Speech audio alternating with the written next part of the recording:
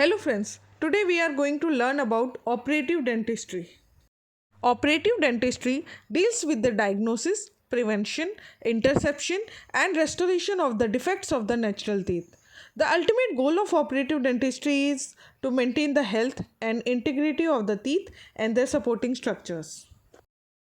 Definition: operative dentistry is the subject that includes the diagnosis, prevention, and treatment of problems and condition of natural teeth, both vital and non-vital, so as to preserve the natural dentition and restore it to the best state of health, function, and aesthetics.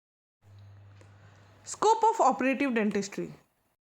We have various scopes such as material science. It helps in understanding the chemistry and limitation of various restorative materials and learning the techniques for employing them judicially. Properties of tooth structure. Knowledge of the biologic basis and function of enamel, dentine, pulp and their supporting structures. Pulp physiology and pathology.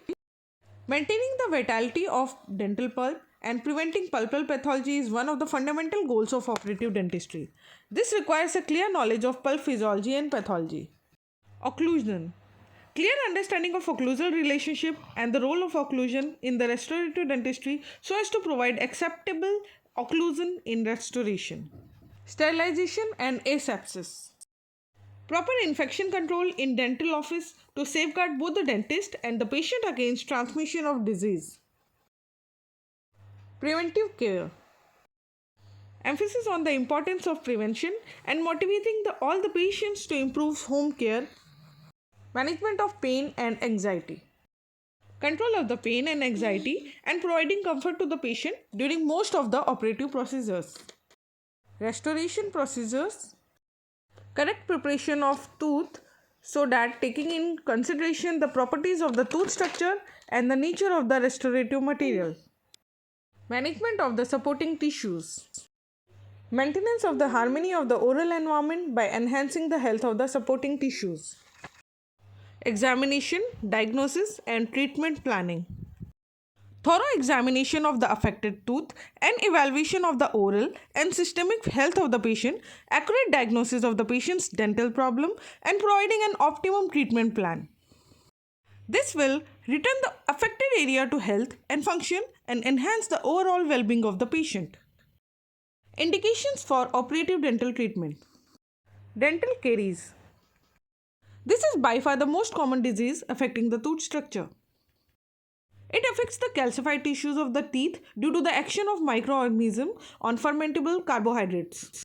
This produces demineralization of the mineral portion of the enamel and dentine, followed by degeneration of their organic component. In its early stages, caries can be arrested as remineralization is possible. Once it progresses to moderate extent and cavitation occur, restorative treatment is necessary. As caries spreads deeper into the tooth approaches to the pulp, it can evoke various pulpal responses. This may range from production of reparative dentine, healing, or to pulpitis, or to pulp death, or periapical infection. Anything can happen. Tooth wear. Tooth wear, as everyone knows, is the surface loss of the dental hard tissue other than caries or trauma.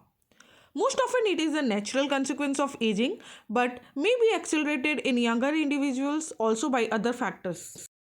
Tooth wear may include attrition, abrasion, erosion and affriction.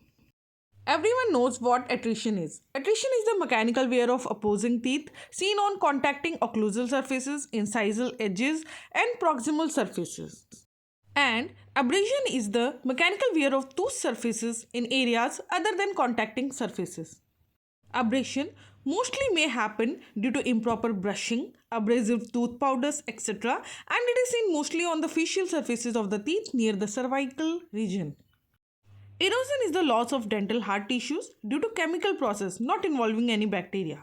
Here the source of the acid that attacks the enamel may be extrinsic or as found in the citrus fruits and carbonated drinks, or intrinsic like gastric acids as in the case of chronic vomiting, anorexia, etc.